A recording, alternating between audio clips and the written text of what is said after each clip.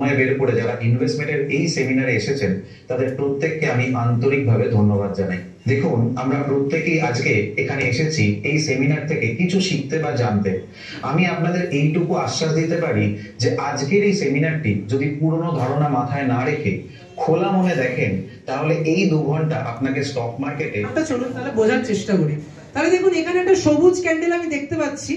9:15 সময় সে খুলেছে। মোটামুটি যদি স্যার এখানে একটা হরিজন্টাল রে যদি দেওয়া যায় তাহলে এক্সাক্ট প্রাইসটা আমরা দেখতে পাবো যে কটায় খুলেছে মার্কেট। থেকেই কি মার্কেট উঠছে বারবার? বলতে পারি একটা সেম রেঞ্জ থেকে উঠছে কি? ঠিক আছে, একটা প্রপার রেঞ্জ আছে, সেখান থেকেই সে বারবার উঠছে। তাহলে এই জায়গাটাকে আমি ডিমান্ড জোন বলতে পারি। এটা কাদের এলাকা? তাহলে বায়ারদের এলাকা। তার মানে এটা কি ডিমান্ডের জোন? এই জোনটা এখান থেকে কি বারবার ডিমান্ড আসছে? তাহলে এইখানে প্রাইস কি বলতে পারি একটা সাপোর্ট নিচ্ছে, এসে এখানেই ধাক্কা খেয়ে আবার উপরে যাচ্ছে। তাহলে এটাকে কি আমি সাপোর্ট বলতে পারি? মানে করিনি। হ্যাঁ দেখুন, তাহলে রেড, তার পাশে একটা লাল, তাহলে আমি বলতে পারি যে লাল ক্যান্ডেল মানে সেলারদের ক্যান্ডেল। পরের ক্যান্ডেলটা কি আছে? সবুজ ক্যান্ডেল। কিন্তু দেখুন, সবুজ ক্যান্ডেলটার মধ্যে একটু অন্যরকম ক্যান্ডেল। কিন্তু দেখতে পাচ্ছি যে লালটাকে মনে হচ্ছে যেন পুরোপুরি গিলে খেয়েছে, মানে পুরো জায়গাটাকে মানে কভার করেছে। তার মানে 100% কভার করেছে, এনগালফ করেছে বলা যেতে পারে।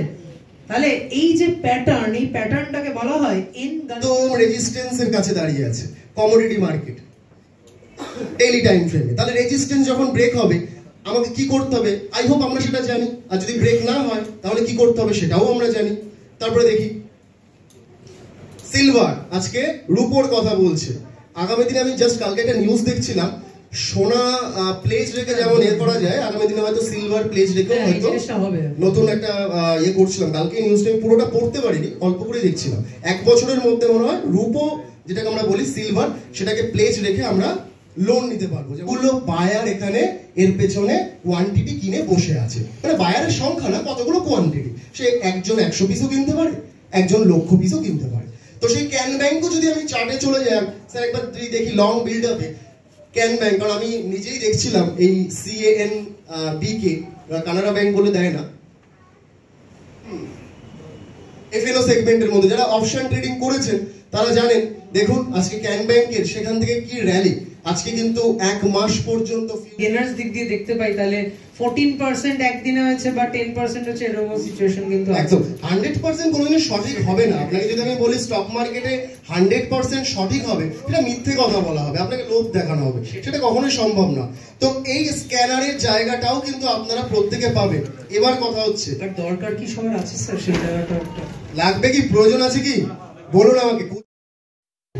চলুন, তাহলে এই জিনিসটা আমরা কি দেখছি, ATR লেন 20 এবং ফ্যাক্টর 2 তে আমি করলাম ওকে।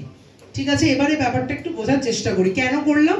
দেখুন 10 আর 3 নরমালি দেওয়া থাকে, আর এনি ইন্ডিকেটর একটু ল্যাগিং ইন্ডিকেটর, বিশেষ করে সুপার ট্রেন্ড বলুন, EMA বলুন,